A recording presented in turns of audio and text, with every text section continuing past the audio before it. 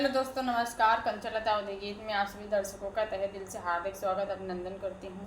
मैं आप सभी के बीच में एक नकटा लचारी गीत लेके आई हूँ। अगर मेरा वीडियो आप सबको अच्छा लगे तो प्लीज़ मेरे चैनल को सब्सक्राइब, लाइक, शेयर कीजिएगा और कमेंट करके ज़रूर बताइएगा कि मेरा वीडियो आप सबको कैसा लगा। तो आप सब अपना प्यार, दुलार, आशीर्वाद बनाए रखिए। आप सभी का बहुत बहुत धन्यवाद। तो चलिए सुनाती हूँ। पूछई मोरे हाथ के कंगनवा, घरा कहिया अइबा सजनवा। अइबा सजनवा हो अइबा सजनवा, घरा कहिया अइबा सजनवा।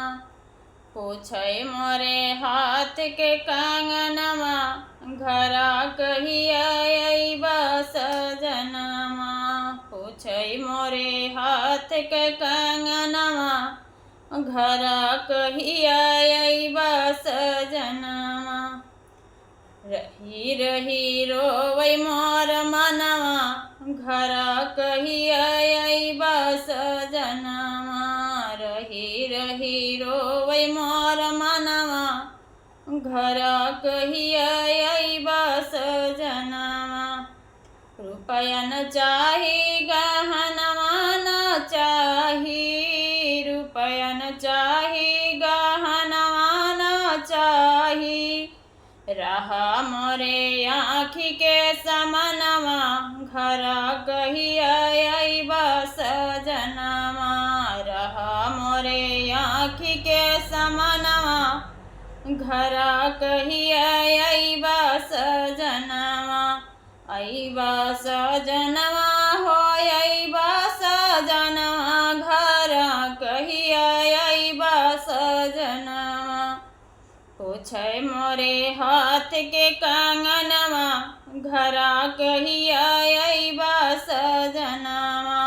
पूछै मोरे हाथ के कंगनवा, घरा कहिया अइबा सजनवा। रही रही रोवै मोर मनवा, घरा कहिया अइबा सजनवा। सड़िया न चाही, चुनरिया न चाही। सड़िया न चाही, चुनरिया न चाही।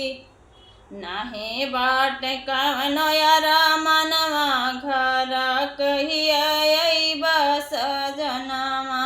नाहे बाट कवनो यारा मनवा, घरा कहिया अइबा सजनवा। अइबा सजनवा हो अइबा सजनवा, घरा कहिया अइबा सजनवा।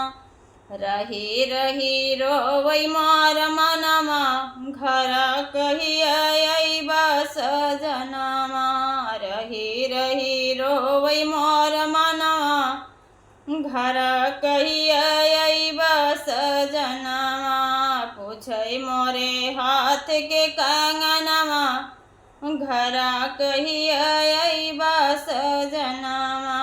पूछै मोरे हाथ के कंगनवा, घरा कहिया अइबा सजनवा। लागे नहीं तनिको मोर मनवा, घरा कहिया अइबा सजनवा। लागे ना तनिको मोर मनवा, घरा कहिया अइबा सजनवा। घरवा में रही राजा हम अकेली। घरवा में रही राजा हम अकेली। हम अकेली हो हम अकेली। लागै ना तनिको मोर मनवा, घरा कहिया अइबा सजनवा। पूछै मोरे हाथ के कंगनवा, घरा कहिया अइबा सजनवा। रही रही रोवै मोर मनवा, घरा कहिया अइबा सजनवा।